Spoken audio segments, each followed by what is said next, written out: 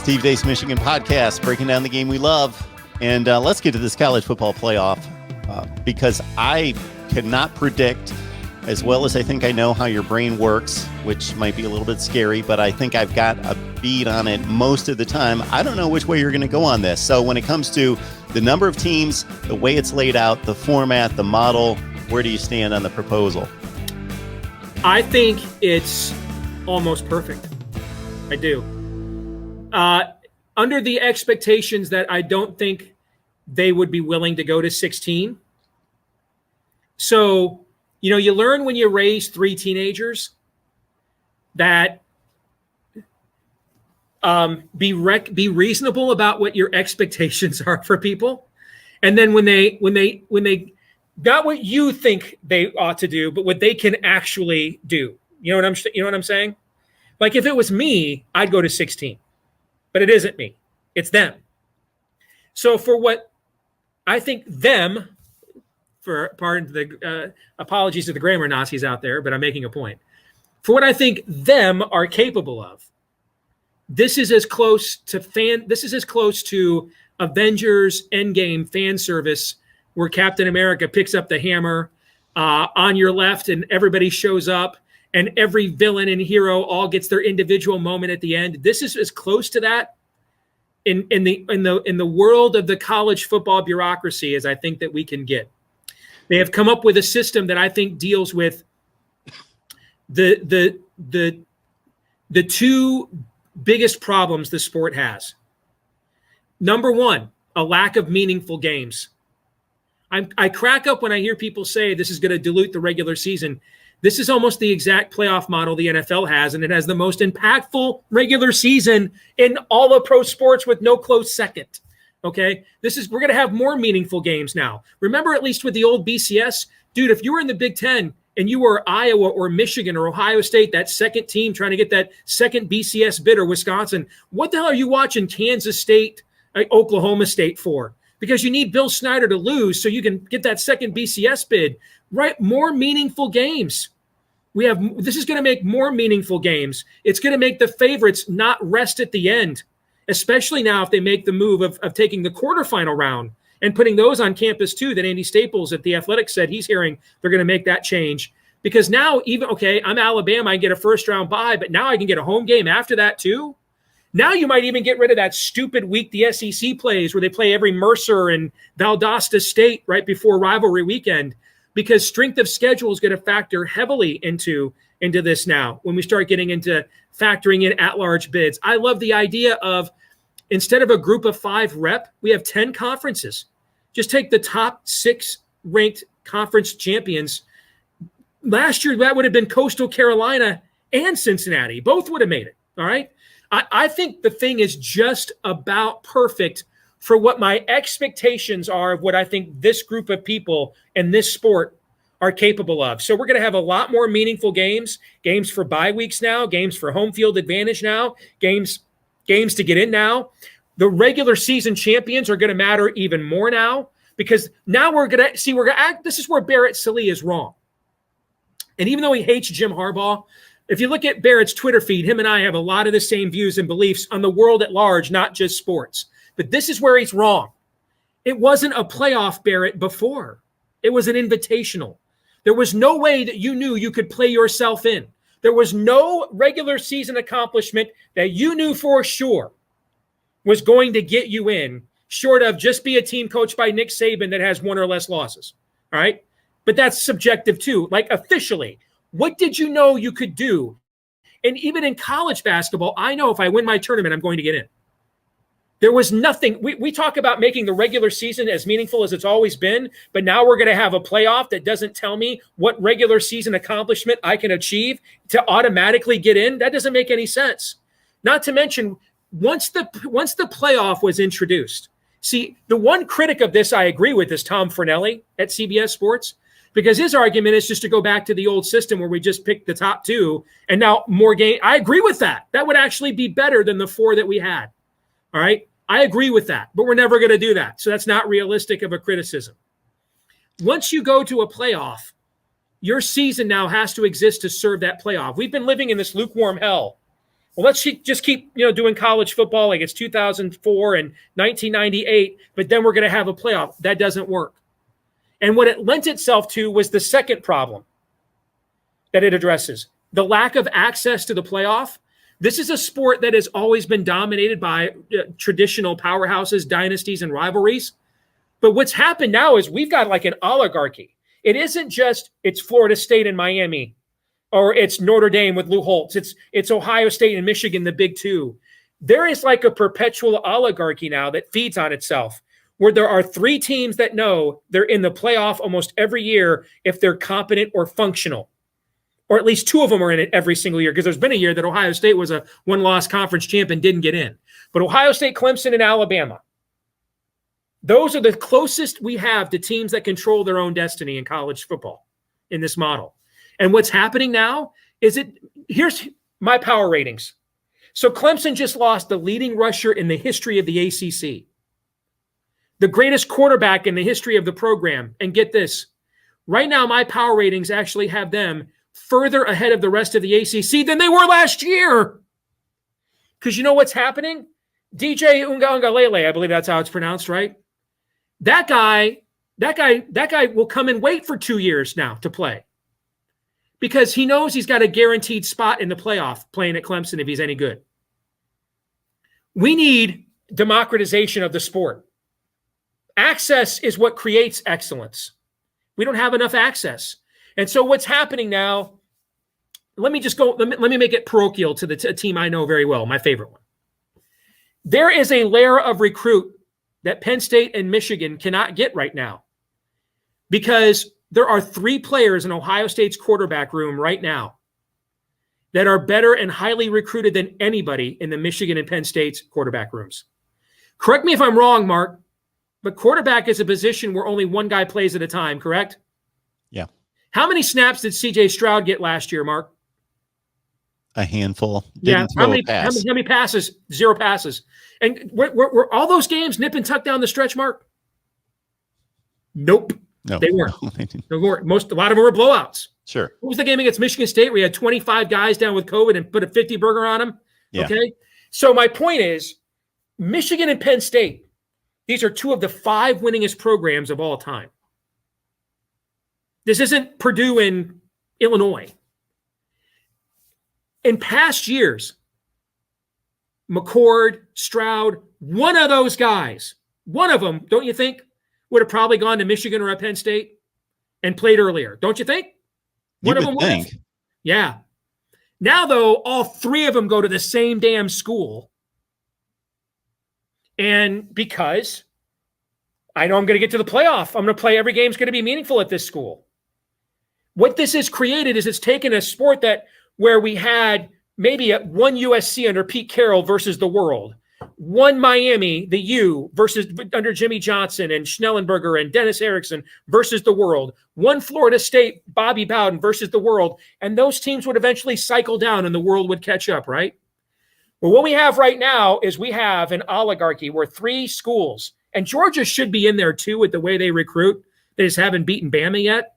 So I'll even throw them in there. There are 4 schools getting an incredibly high amount of the top talent, so that the difference between the number 8 or 9 or 10 recruiting classes and the number 20 and 27 and 32 recruiting classes ain't what it was 5 or 6 years ago, brother. All right? And that needs to change, because you get west of the Rocky Mountains now, they don't care. They're not even watching out there. There's a few people that live in California, right? A few people live out there. Seattle's not a city of an inconsequential population base, correct? Right? So we've taken the final third of the country. They're not even interested in this.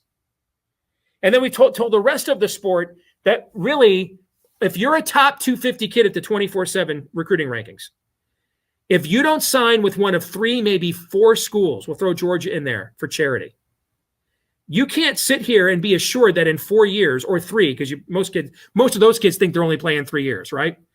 You're not assured you're going to play 3 years in the playoff. So go wait your turn and have the number 1 quarterback leave California and go sit for a year at Clemson rather than start right away for UCLA or somebody else. See, that's killing us. We have taken brands in our sport that are mega brands that matter. Michigan, Penn State,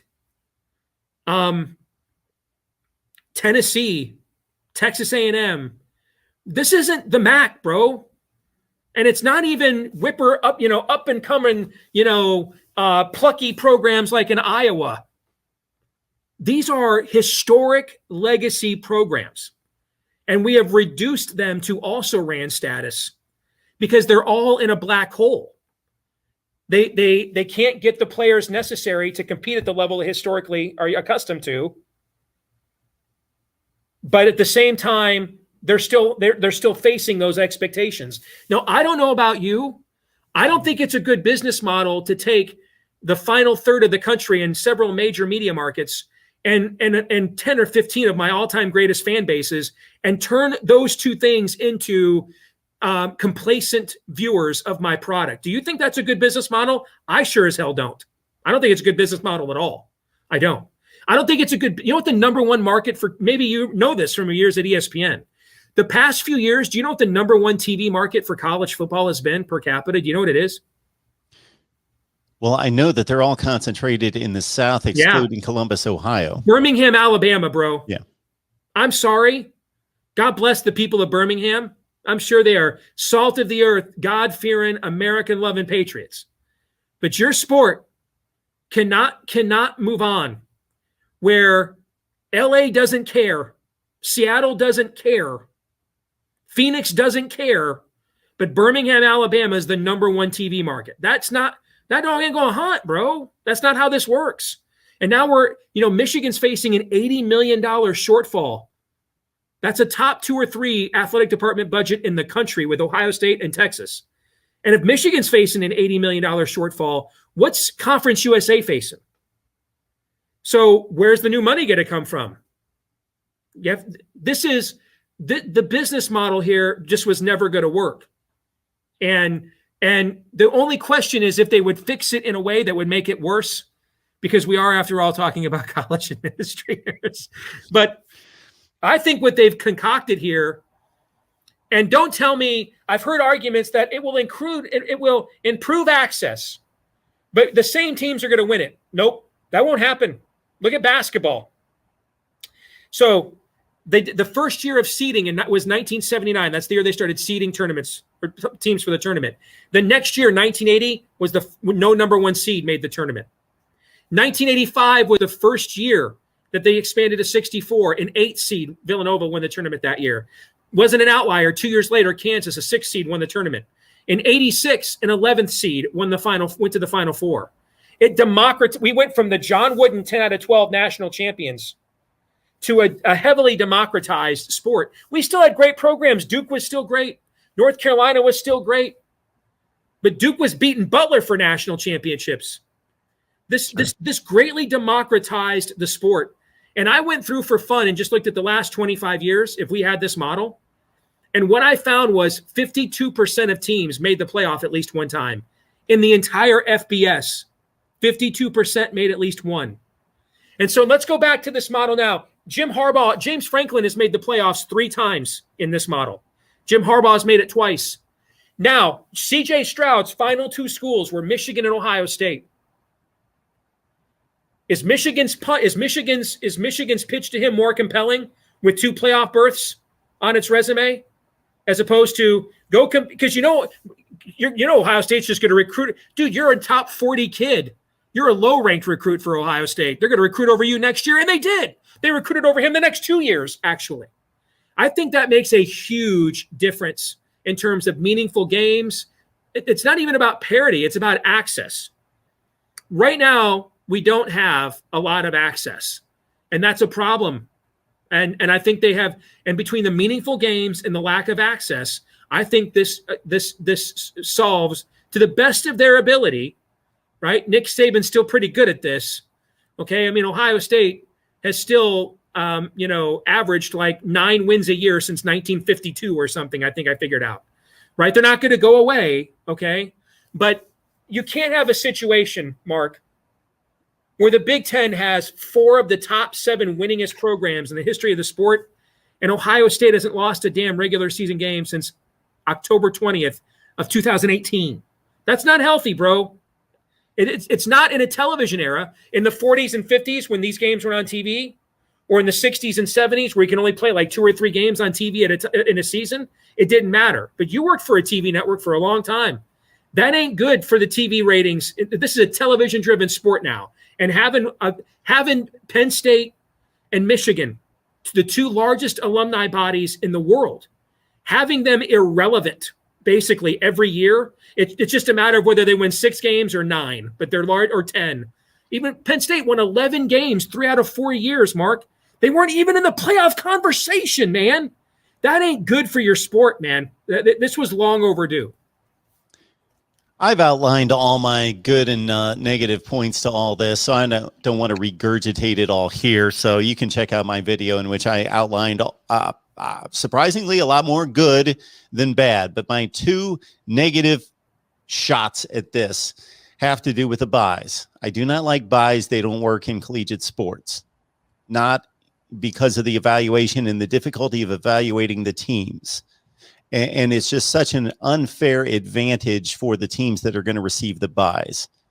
It's just when you've got the Kansas City Chiefs winning a division at 14-2 and the Pittsburgh Steelers win their division at 11-5, yes, the Kansas City Chiefs clearly against a comparable schedule earned the bye. That can be clear. The 2 teams, they play in the AFC, 10 or 12 of their games are exactly the same. The other 4 to 6 are against comparable opponents. That bye was earned. But if you go year to year through college football, there is nobody out there that can reasonably choose the 4 teams that earned a bye. And then once you receive that bye, your advantage is astronomical because, of course, you don't have to play. So just the obvious one is the risk of losing is 50-50 for the 2 teams that have to play that one of those 4 top seeds. And then number 2, you get nicked up, you get beat up. You have to play a formidable opponent in that game, number 1, and get beat up. Number 3, you can lose a player or 2 that impact the game. And number 4, the one that I don't think really gets addressed, Steve, is that let's just put teams in the slots to make it more of a scenario that people can conceive. Alabama's the team with the bye. They're going to play the winner of Kansas State and Stanford. Well, Kansas State and Stanford have to be locked in and laser focused on preparation for each other for the next 2 weeks. And then they get beat up and all of that. And then in the meantime, for 3 weeks, Alabama is going to be able to prepare for both of those teams. And then they just throw away the game film for one of the 2 teams once the game's played. Plus, they get the advantage of watching the 2 play versus, again, Kansas State and Stanford have to be laser focused and only tunnel visioned on the preparation for each other for that game. I just think that those 4 items just make it too much of an unfair advantage, again, for a team that didn't necessarily earn the bye. They were just handed the bye. I get your argument, but I'm totally fine with it. I think it reinforces the strength of the regular season. I think ultimately when we're talking 1 bye out of 32 teams in the NFL, well, it's 2, 1 in each conference. It used to be 2 byes. Now they only have 1 in each conference. So we've got 2 out of 32 byes in the NFL where they have systematic egalitarian scheduling versus 4 byes out of 130 teams in college football where they don't. I don't know, man. I think the numbers actually still work out there pretty well. I think only handing out 4 byes out of 130 teams, more times than not, we're all going to agree that at least 2 of those teams clearly were better than everybody else the regular season. Most years, we might even agree who the 3rd team is. And a lot of the debate might be the 4th. But I think it's fine offering that bye up because I'd rather have those teams take that bye then than taking byes in the regular season because Clemson's playing South Carolina at the end of the year and South Carolina sucks, so sit everybody. Well, you can probably still get in if you have a loss and win the ACC, but you won't get a bye. So I love the idea that we're still incentivizing full output in the regular season. But the issue, Steve's not with the top end of the buys. It's with the bottom end of the buys. Those are the teams that are going to have a similar resume or track record than the teams that are not going to be given the buys. There is going to be a huge, the argument every Championship Sunday is going to shift from who gets in to who received the buys. Yeah, you could have alleviated your complaint by going to 10 teams and only having 2 buys, right? That would have been the exact same schema, but that also would have cost them a couple of $1 billion with a couple of fewer games. So I get your point. I think overall, I like the idea of incentivizing more and more people to play the regular season out full bore and full brunt, because you've got 4 nice, advantageous carrots sitting out there. And again, I won't go point by point, but the other negative that I thought was a major aspect of this is, again, why do we have 13 people controlling the sport? Why are they given all the authority? This can be an objective system. You can build an objective system to select the teams, just like the NFL. Who's selecting the NFL playoff teams? Nobody. There's a criteria that is met. We don't have to select. It's still an invitational. This one, it is to an extent. I mean, you are going to win your conference. It's a half invitational. It is to an extent, but you can play your way in, regardless of what anybody else absolutely. has to That's say. great. You I can love play that. and we couldn't do that before. In fact, I would argue that's never happened in the history. This is going to be the first time in the entire history of college football you can play your way in to something. Okay, but overall, you know what I think about the committee. I had a lot of complaints about it. A lot of retconning went on, a lot of reverse engineering, we have one rationale one week and another week. They don't even have an RPI kind of a system. We at least have that in college basketball, so that we still have a selection committee, but they can't just construct things from whole cloth because we have some kind of objective metric. Well, now it's the net rankings that are superior, in my view, to the old RPI, which was just a schedule ranking. But there was some available rating out there where we couldn't just get up and like, where'd this come from? They had something that was a plumb line that held the human element in place, right? Like when you do the net rankings in college basketball, the top 4 teams are probably going to be your top 4 seeds, but the next 4 teams are not necessarily all the number 2 seeds, right? It's not like a corollary across. There's some human element offered in there, and I'm fine with that too. But then I love human element when it's applied to an objective rubric or metric somewhere. We still don't have that yet. Thankfully, this time, though, that's only going to be half the field. That was the entire field before. All right. So it's progress. And given absolutely, given that where this goes back to my initial statement, given what are reasonable expectations for how this sport has governed itself most of our lifetimes, I think it's actually exceeded those.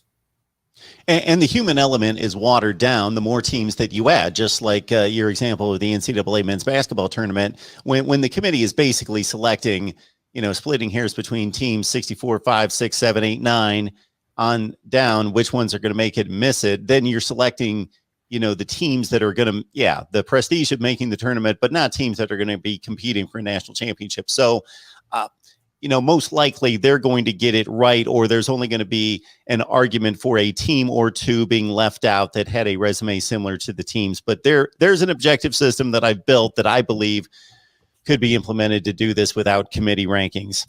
So Steve Deace, Michigan Podcast. It's great stuff. Just type it into YouTube, Michigan Podcast, or check it out on the major audio platforms as well. Steve, we appreciate you stopping by. You bet, man. Go Blue. Take care. Thanks, Mark.